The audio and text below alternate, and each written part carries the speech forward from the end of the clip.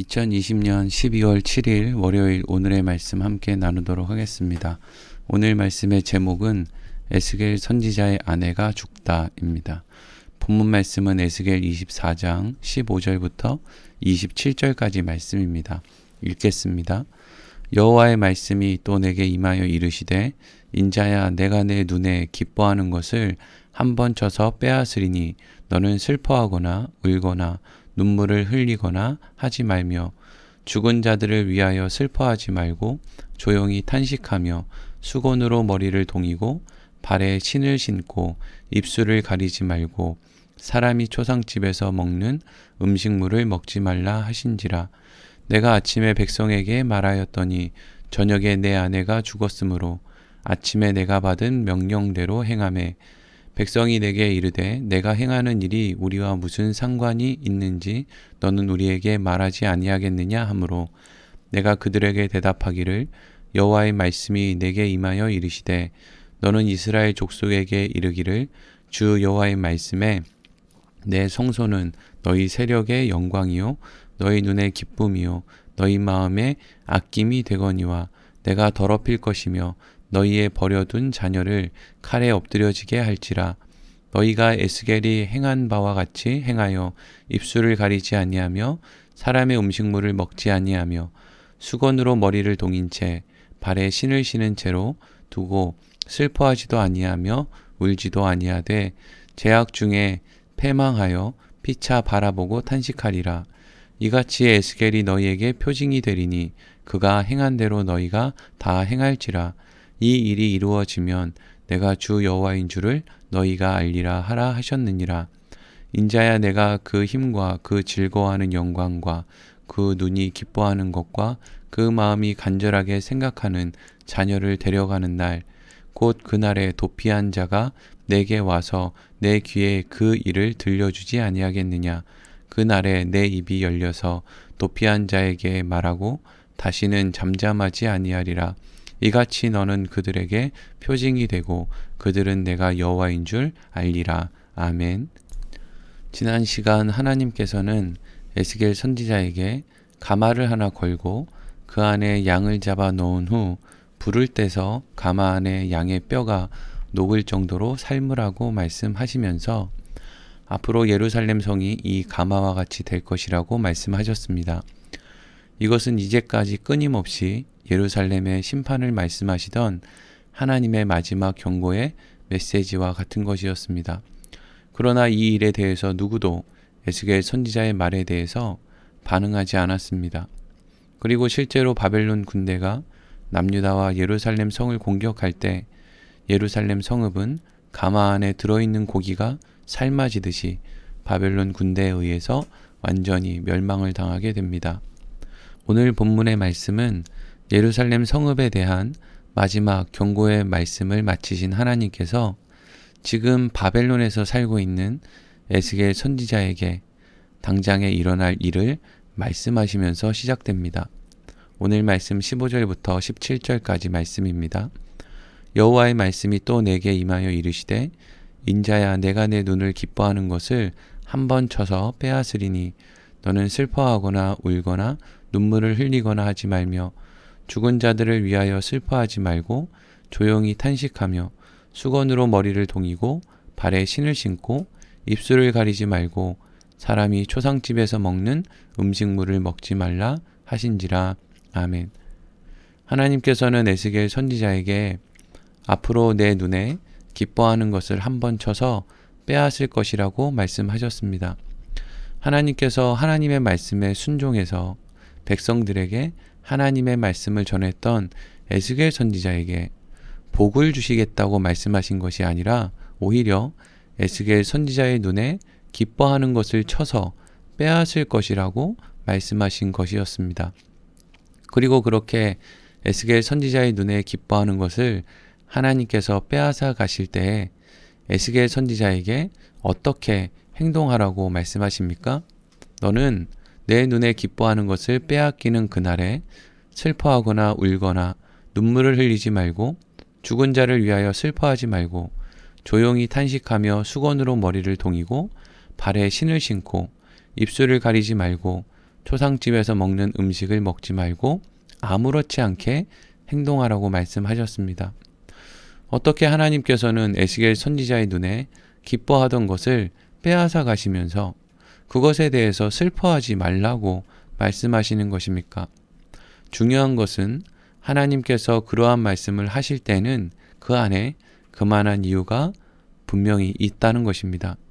그렇다면 하나님께서 이러한 일을 통해서 에스겔 선지자에게 말씀하시고자 하신 것이 무엇입니까? 이어지는 말씀을 보겠습니다. 18절에서 19절 말씀입니다. 내가 아침에 백성에게 말하였더니 저녁에 내 아내가 죽었으므로 아침에 내가 받은 명령대로 행하매 백성이 내게 이르되 내가 행하는 일이 우리와 무슨 상관이 있는지 너는 우리에게 말하지 아니하겠느냐 하므로 아멘.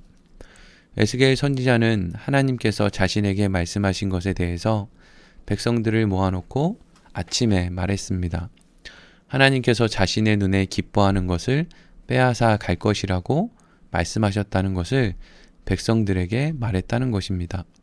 그리고 그날 저녁에 어떤 일이 일어났습니까? 에스겔 선지자가 사랑했던 자신의 아내가 갑자기 죽고 말았습니다. 갑자기 아내가 죽어버리는 당황스러운 일이 일어났을 때 에스겔 선지자는 어떻게 행동을 합니까? 하나님께서 이미 말씀하신 것과 같이 슬퍼하지도 울지도 장례식을 치르지도 않았습니다. 에스겔 선지자는 하나님 말씀대로 순종한 것이었습니다. 그리고 에스겔 선지자가 자신의 아내가 죽은 일에 대해서 슬퍼하지도 울지도 장례를 치르지도 않았을 때 그것을 본 백성들은 어떻게 반응을 합니까? 아니, 어떻게 아내가 죽었는데 당신은 그렇게 행동을 합니까?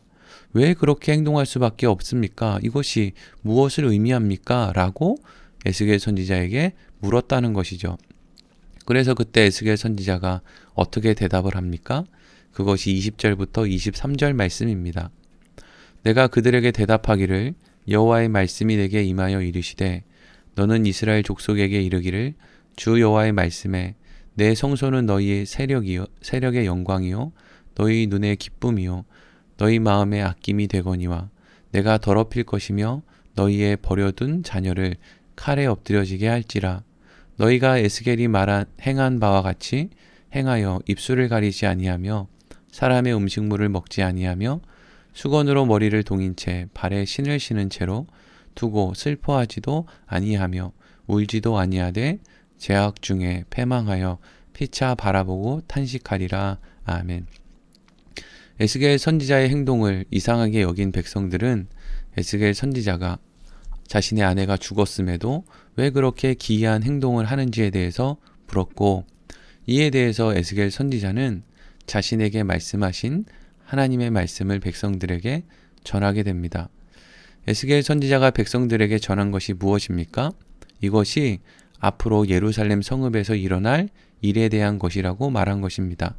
즉, 에스겔 선지자의 눈을 기쁘게 해주던 것을 빼앗긴 것과 같이 그럼에도 불구하고 그것에 대해서 슬퍼할 수도 눈물을 흘릴 수도 없었던 것과 같이 앞으로 예루살렘 성읍에 살고 있는 또 남유다에 살고 있는 백성들의 눈을 기쁘게 해주던 것을 하나님께서 빼앗아 갈 것인데, 그때 예루살렘의 남유다에 살고 있는 사람들은 그 일로 인해서 슬퍼할 수도 울 수도 없는 그러한 상황 속에서 하나님의 심판을 맞이하게 될 것이다 라고 말한 것이었습니다. 결국 하나님께서 에스겔 선지자의 아내를 죽게 한 것은 앞으로 예루살렘 성읍과 남유다에 임할 하나님의 심판이 반드시 일어날 것임을 분명하게 전하기 위한 그러한 말씀이었던 것입니다. 그리고 이어지는 말씀을 보겠습니다. 24절에서 27절입니다. 이같이 에스겔이 너희에게 표징이 되리니 그가 행한 대로 너희가 다 행할지라. 이 일이 이루어지면 내가 주 여호와인 줄을 너희가 알리라 하라 하셨느니라. 인자야, 내가 그 힘과 그 즐거워하는 영광과 그 눈이 기뻐하는 것과 그 마음이 간절하게 생각하는 자녀를 데려가는 날, 곧 그날에 도피한 자가 내게 와서 내 귀에 그 일을 들려주지 아니하겠느냐. 그 날에 내 입이 열려서 도피한 자에게 말하고 다시는 잠잠하지 아니하리라. 이같이 너희는 그들에게 표징이 되고 그들은 내가 여호와인 줄 알리라. 아멘. 하나님께서는 에스겔 선지자의 아내가 죽었음에도 그것에 대해서 슬퍼하지도 울지도 장례를 치르지도 못한 일들이 앞으로 예루살렘 성읍에서 일어나게 될 것인데, 그 심판의 날에 그곳에서 피해 바벨론으로 끌려오게 된 사람들이 실제로 예루살렘 성읍에서 그러한 일이 일어났다는 것에 대해서 사람들에게 말해주므로, 이제까지 하나님께서 에스겔 선지자를 통해서 하신 모든 경고의 말씀들이 그냥 한 말이 아니라 하나님께서 실제로 역사 가운데 일어날 일에 대해서 말씀하셨다는 것을 분명하게 알게 해 주실 것이라고 말씀하셨습니다. 여러분, 오늘 본문의 말씀은 사실 에스겔 선지자의 입장에서는 참으로 당황스럽고 또 안타까운 일에 대한 기록입니다. 하나님께서는 어떻게 에스겔 선지자의 아내를 죽이기까지 하면서 그것을 통해서 앞으로 하나님께서 하실 일에 대한 증거로 삼는 것인가 라고 우리는 생각할 수 있습니다. 우리가 이 대목에서 생각해야 할 것은 왜 하나님께서는 그렇게 하실 수밖에 없었는가 하는 것입니다. 하나님께서는 왜 에스겔 선지자의 아내를 죽이시는 일까지 하신 것입니까? 우리는 이 일에 대해서 크게 두 가지로 생각해 볼 수 있습니다. 첫 번째, 하나님께서 이러한 일을 행하신 첫 번째 이유는 남유다의 멸망과 예루살렘의 멸망은 하나님께도 큰 슬픔이 된다라는 것을 말하기 위함입니다. 남유다를 심판하시고 예루살렘을 심판하시는 하나님께서는 그것으로 인해서 기쁘고 즐거운 마음으로 그것을 심판하는 것이 아니었습니다. 그곳에는 수많은 죄인들이 있었지만 하나님께서는 죄인들의 죽음을 기뻐하시는 분이 아니셨습니다.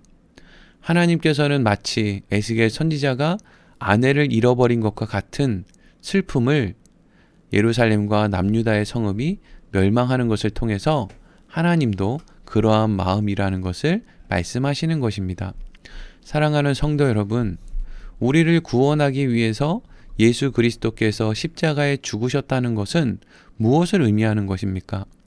우리에게는 구원을, 생명을 얻게 되었음을 의미하는 것이지만 하나님께서는 독생자 아들이 십자가에서 죽는 끔찍한 일이 일어났다는 것을 의미하는 것입니다.